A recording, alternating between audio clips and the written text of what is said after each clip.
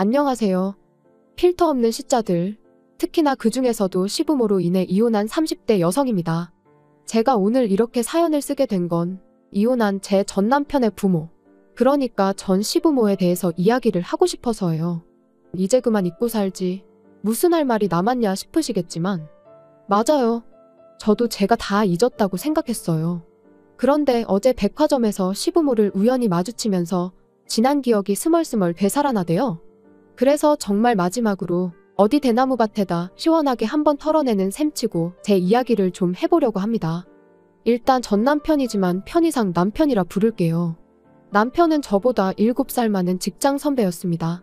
그리고 저는 솔직히 처음엔 남편을 남자로 본 적은 없었어요. 일단 뭐라고 해야 하나 부리부리한 이목구비부터 시작해서 외모가 제 스타일이 아니었거든요.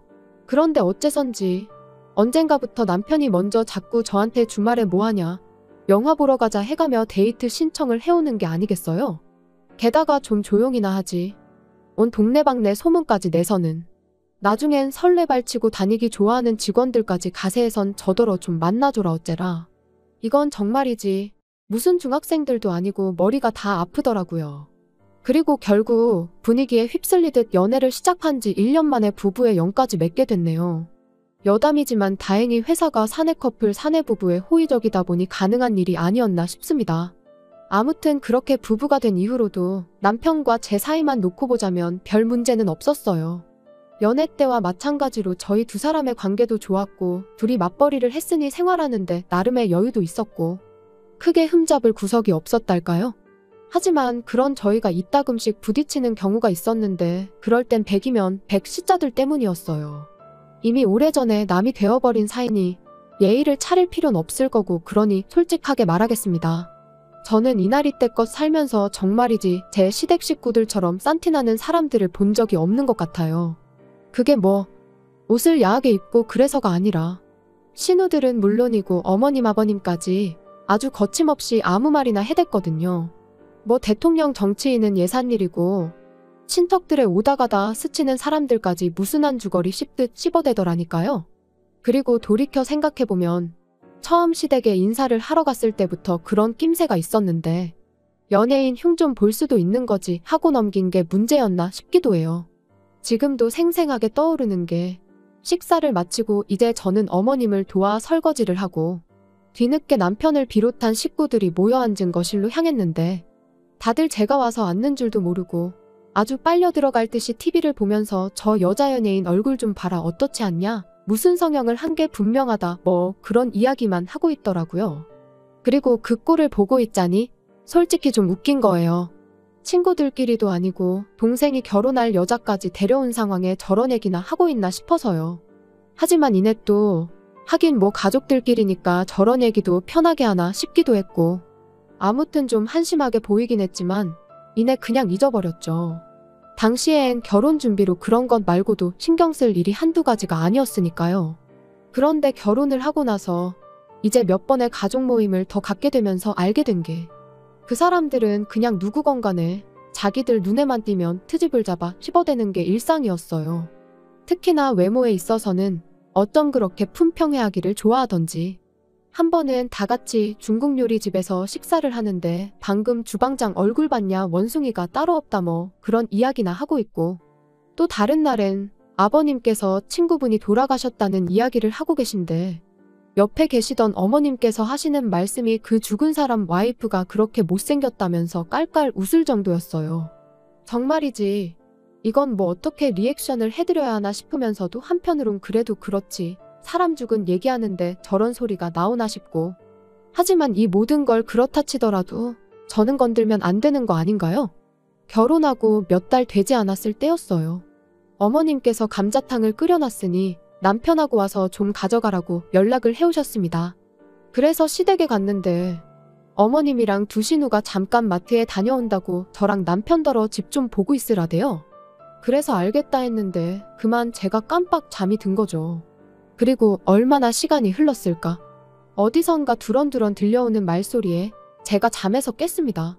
그런데 옆에 있어야 할 남편은 안 보이고 살짝 열린 방문 사이로 뭐가 그리 재밌는지 꺽꺽거리며 웃음을 참아대는 어머님과 두 신우만 보이더라고요.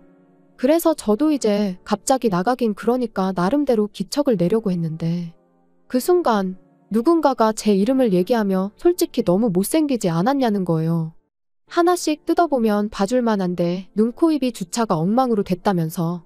그러니까 어머님께서 그거 표현이 기가 막힌다며 또 꺽꺽대시고, 비록 제 면전에다 한 건 아니었지만 어쨌든 그런 이야기를 듣고 나니 도무지 거실에 나가 표정 관리를 할 자신이 없었어요.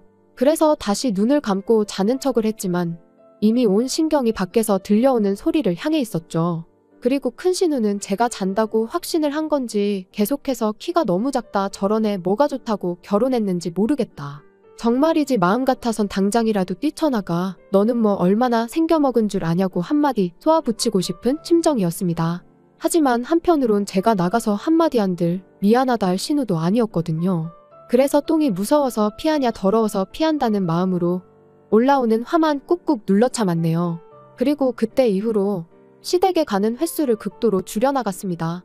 웬만하면 남편만 보내고 가게 되더라도 정말 밥만 먹고 후딱 집에 온다던가 하는 식으로 시댁 식구들하고 아예 말 자체를 안 섞으려고 했어요. 그랬더니 이제 남편도 뭔가 이상하다 느꼈는지 하루는 저한테 요즘 왜 그러냐고 묻더라고요. 그래서 실은 얼마 전에 갔던 시댁에서 그런 이야기를 하는 걸 들었다고 솔직히 털어놓았습니다. 그리고 그때 제 마음은 다른 것보다도 그저 남편이 제 편을 들어줬으면 하는 것이었어요. 그런데 남편이 말하길 누나들 입장에선 좀 그렇게 생각할 수도 있을 것 같답니다.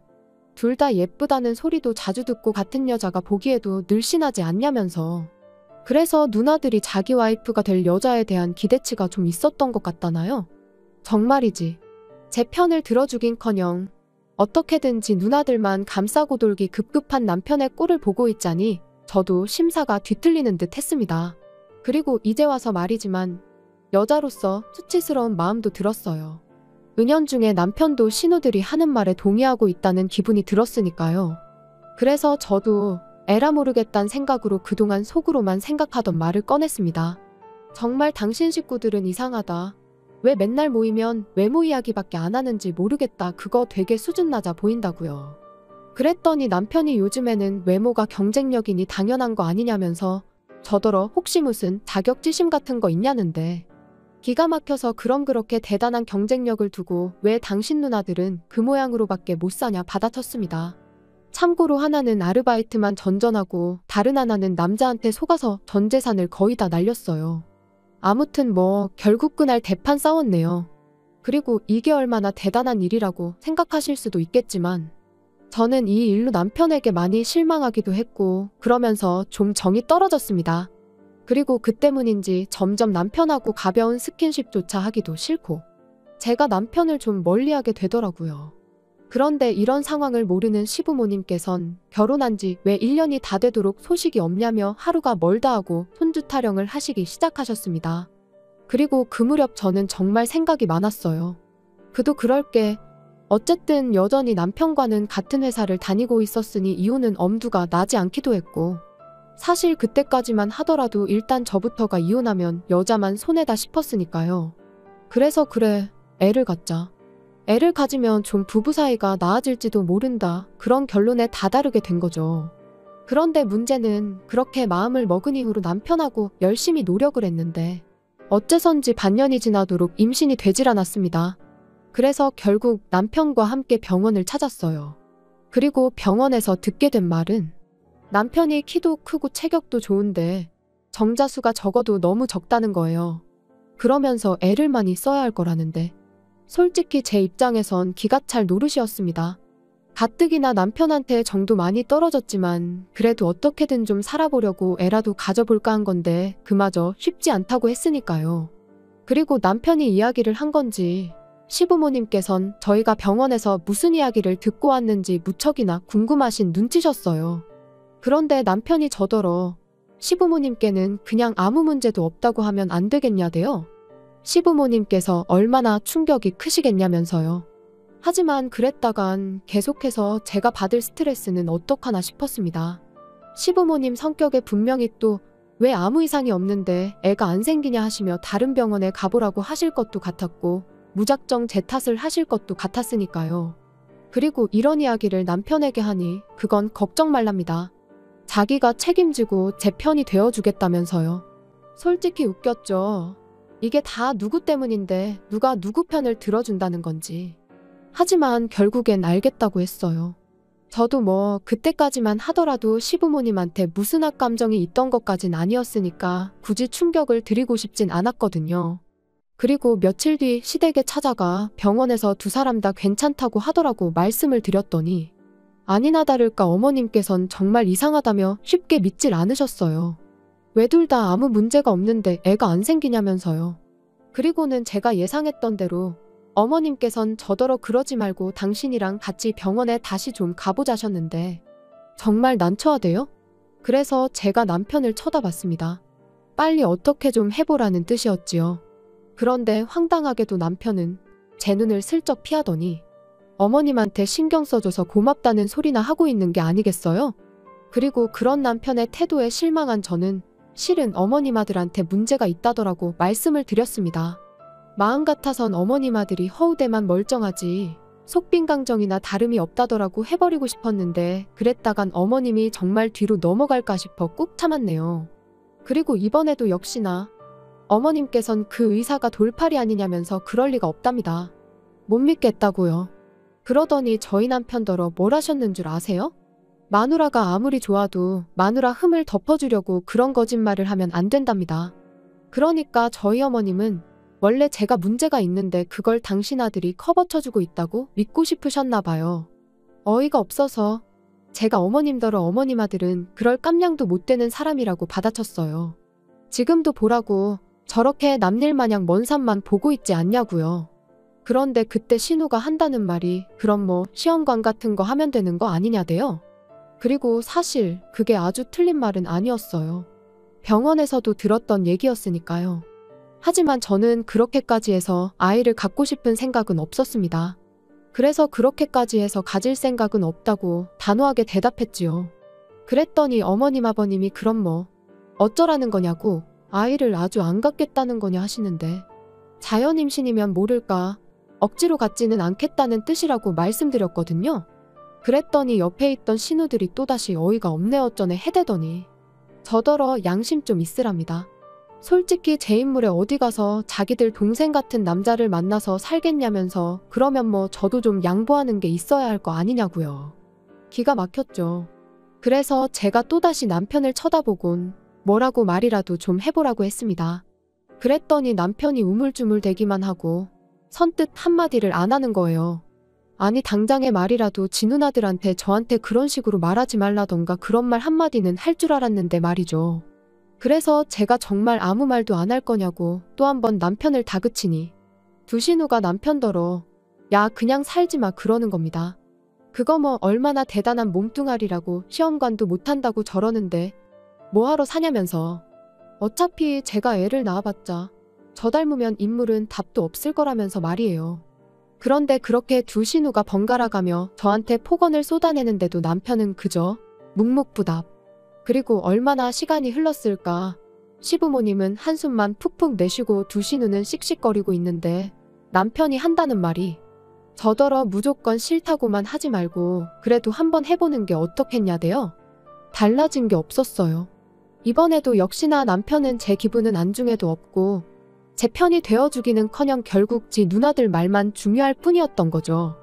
그래서 다 필요 없다고 속빈강정이랑 살 생각 없다고 내질러 버렸습니다. 그랬더니 이제 그나마 가만히 계시던 아버님까지 너 지금 뭐라 했냐면서 당장 잘못했다고 빌라나요? 싫다고 했어요. 제가 없는 말을 지어낸 것도 아닌데 뭘 사과를 하느냐고요. 그리고는 딸들은 뇌가 없고 아들은 씨가 없으니 참으로 속상하시겠다 한마디 더 날리고 이후로 뒤도 안 돌아보고 도망치듯 시댁에서 빠져나와. 이후론 뭐 이혼한 거죠. 이건 여담이지만 재산이라고 해봤자 같이 모은 건 얼마 되지도 않았고 그 밖에도 크게 따질 게 없다 보니 결혼보다 더 빠르고 스무스하게 진행이 되더라고요. 아무튼 저는 회사 사람들에게 먼저 이혼을 알렸습니다. 다만 남편에게 사람들한테는 성격 차이라고 말해둘 거라고. 그런데 만약 당신이 없는 소리를 지어내가며 내 험담을 하고 다니고 그랬다간 나도 당신이 속빈강정인 걸 사람들에게 말할 거라고 했어요. 그랬더니 남편이 애꿎은 입술만 잘근잘근 씹으며 알겠다대요. 그리고 저는 이혼한 지 3년 만에 지금의 연하 남편과 재혼을 했습니다. 사실 남편과 이혼 후에도 회사에서 나올 생각은 없었는데 아무리 제가 결백하더라도 사람들 입방아에 오르내리는 건 어떻게 막을 수가 없더라고요. 게다가 오르내리기만 하는 게 아니라 이야기가 부풀려지기 일쑤였으니 정말이지 스트레스가 이만저만이 아니었죠. 그래서 아예 다른 업계로 이직을 했는데 거기서 지금의 연하 남편을 만나게 됐네요. 능력 있고 자상하고 이런 말 못하지만 전 남편하고는 비교도 안 되게 이번만큼은 제가 생각해도 저한테 과분한 사람이에요. 게다가 연하 남편과 재혼한 지 얼마 지나지 않아 바로 아이도 생겼습니다. 어제도 이제 곧 태어날 아이를 위한 용품들을 사려고 백화점에 갔던 거고요. 그런데 그렇게 전 남편은 물론이고 시부모의 신우들까지 마주칠 줄이야. 게다가 다들 하나같이 불러온 제 배를 보고는 꽤나 놀란 것 같았죠. 아마 모르긴 몰라도 뒤에서 분명 저 때문에 애가 안 생겼을 거라고 자기들끼리 정신승리나 하고 있었을 텐데 그 생각을 하니까 속이 다 후련했습니다. 그래서 의도한 바는 아니었지만 나름대로 복수를 한 듯한 게 기분이 나쁘진 않았네요. 여담이지만 시부모님은 아직도 그렇게 다 큰 자식들을 옆에 끼고 다니시는 걸 보니 여전히 자식 셋 중 누구 한 명도 제대로 된 가정을 꾸리지 못한 모양이에요. 그러니까 사람이 마음을 곱게 써야지 맨날 외모 타령만 해대고 남 험담이나 해대고 그러니 자식들이 잘 풀릴 리가 있나요? 아무튼 오늘로써 정말 끝입니다. 마지막으로 다시는 마주치는 일도 없었으면 좋겠고 겉에 신경 쓸 시간에 사람부터 되라고 말해주고 싶어요. 그리고 이건 좀 유치하게 들릴 것 같긴 한데 제가 아이 낳고 잘 산다는 소문이 언젠가 그 사람들 귀에 들어가는 일은 꼭 한번 있었으면 좋겠네요.